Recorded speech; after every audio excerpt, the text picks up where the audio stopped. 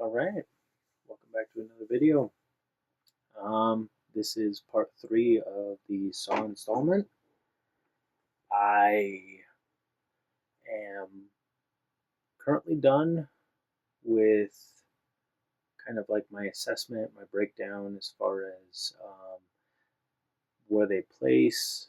Um, so I've been kind of tinkering with numbers, um, kind of rewatching some of the movies, and I think I kind of got it nailed down. I had to finish up all the stuff for it.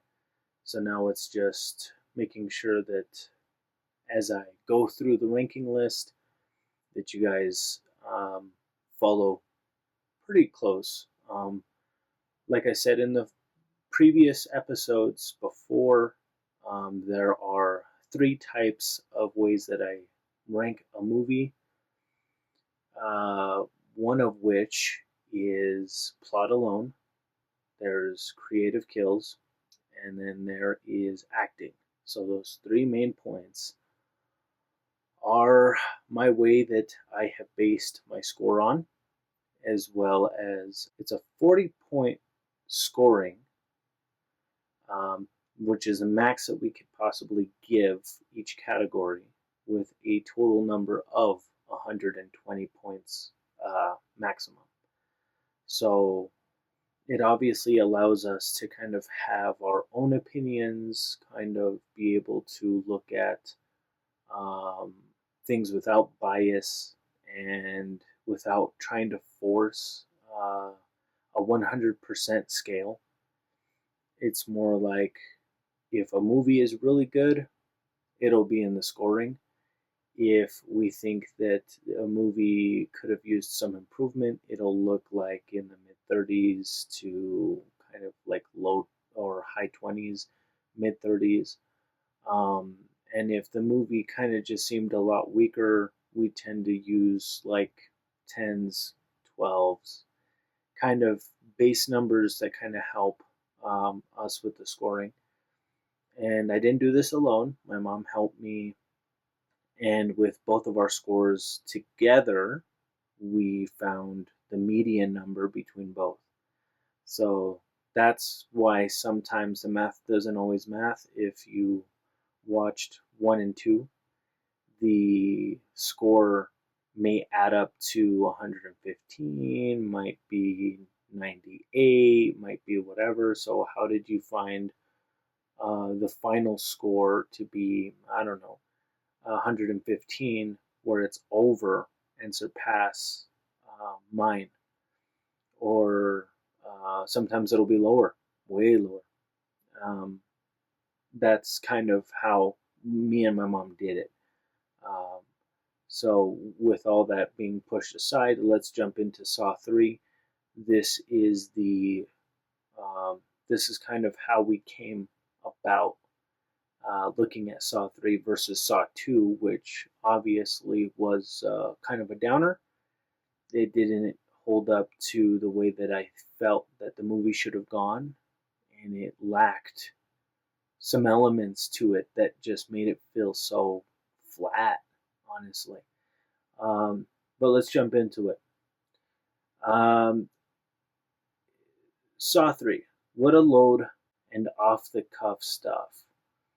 Being one of the most loved Saw movies, it has everything that I wished Saw 2 had.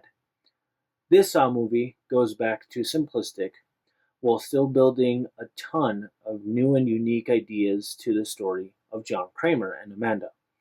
I haven't really mentioned the importance of Amanda's character at all throughout the last two videos, but it is because in Saw 3 it's revealed to the audience of just how critical and important she is. But even for as good as Amanda was in this movie, I still have some minor flaws and inconsistencies that I wish they either chose one way or another in this movie.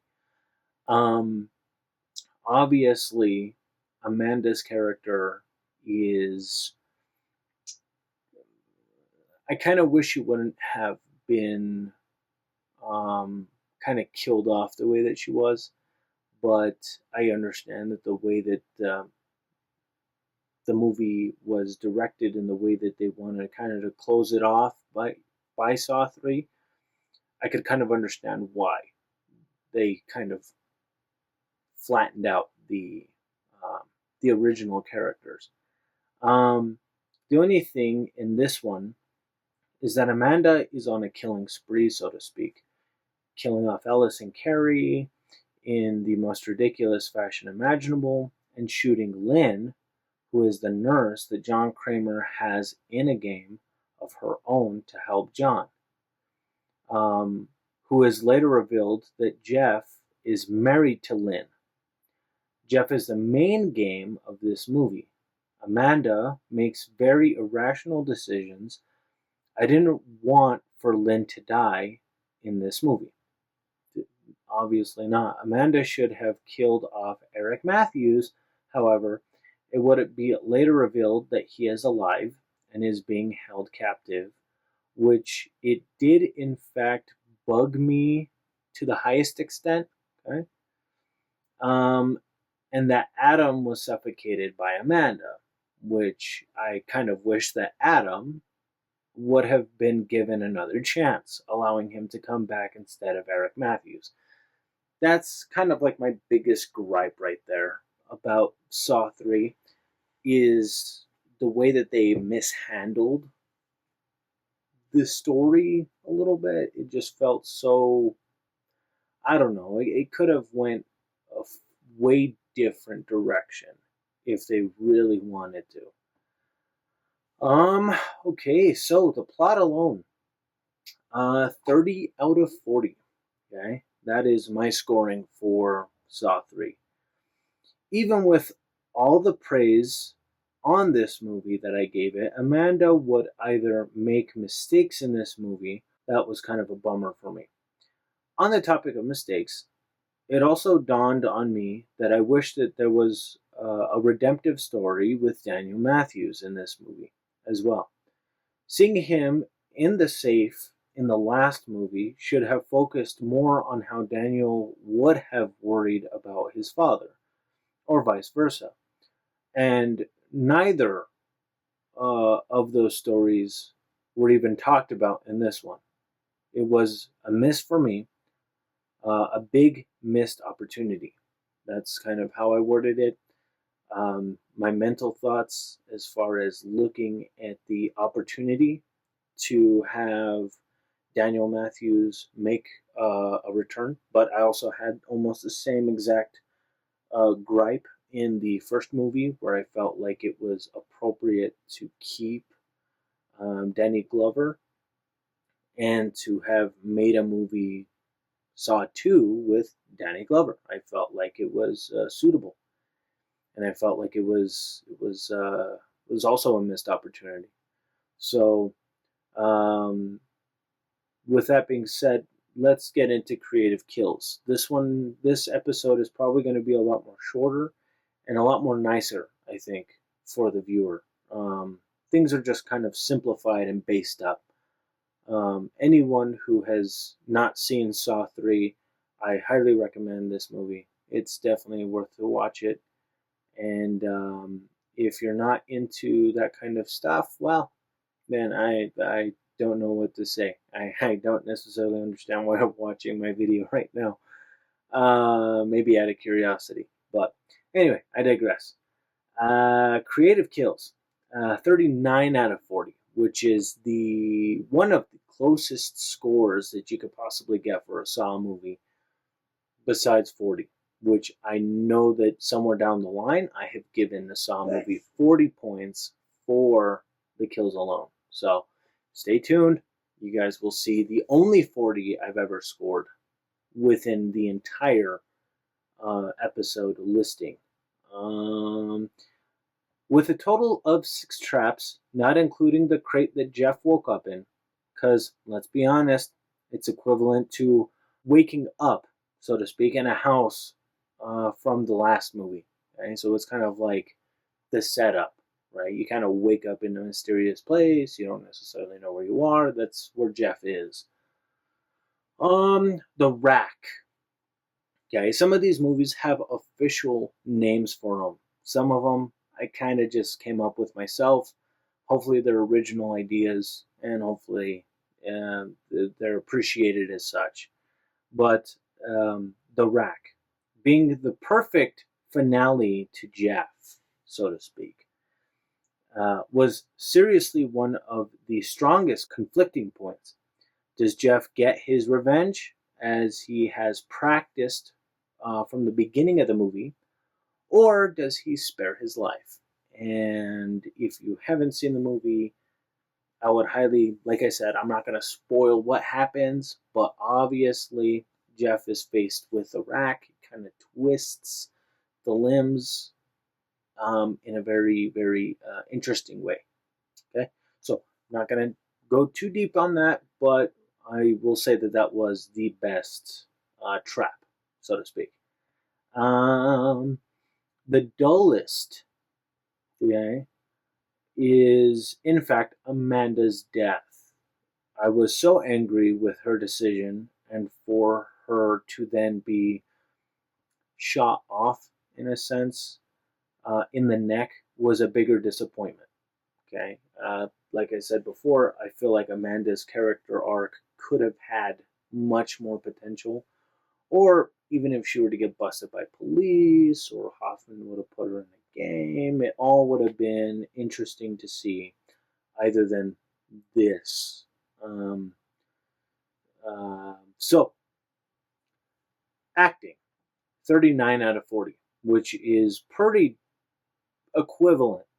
Okay, I know that in acting, I've never given a single movie 40 points as far as acting is concerned, and I feel like there's always room for improvement, especially with the lack of care that they have an opportunity to still use one of the characters and they still don't. So they continuously set that trigger off for me where it's like 39 is the best because Daniel still is it's somewhere in the Saw universe.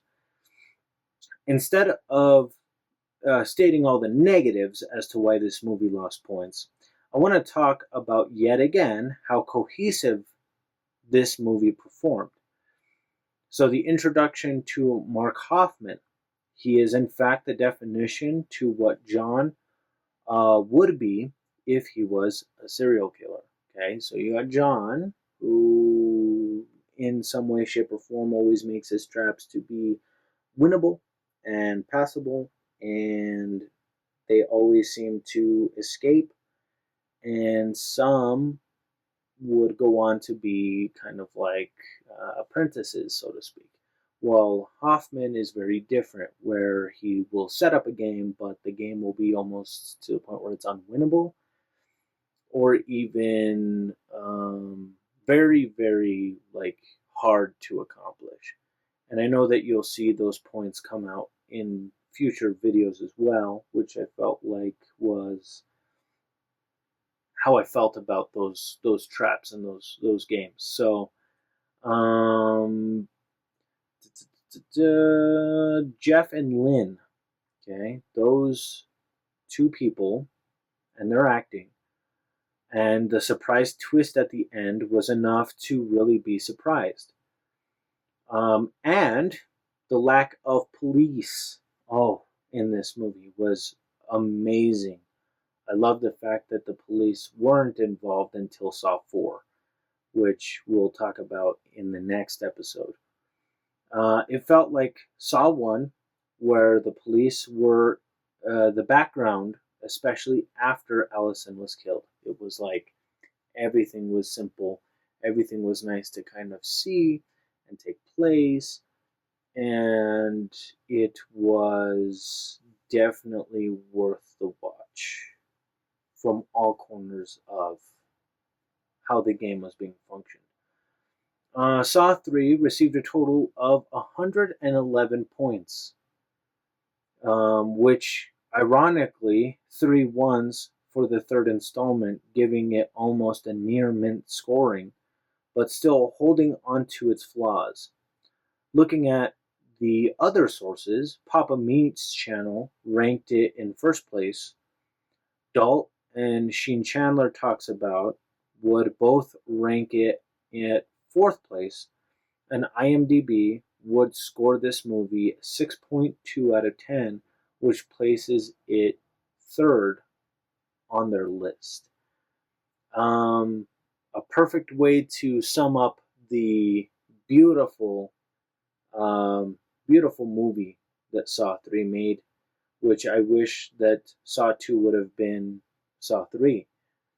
Um, and then Saw 3 would have been recreated or something better. Or maybe even follow up with Daniel. That's one of my biggest gripes about the entire Saw franchise is they have potential with Daniel. And if they make him strong enough as a character, they could possibly make it into something. But let's not get too far ahead of ourselves. That is the Saw 3 movie in a nutshell, pretty much.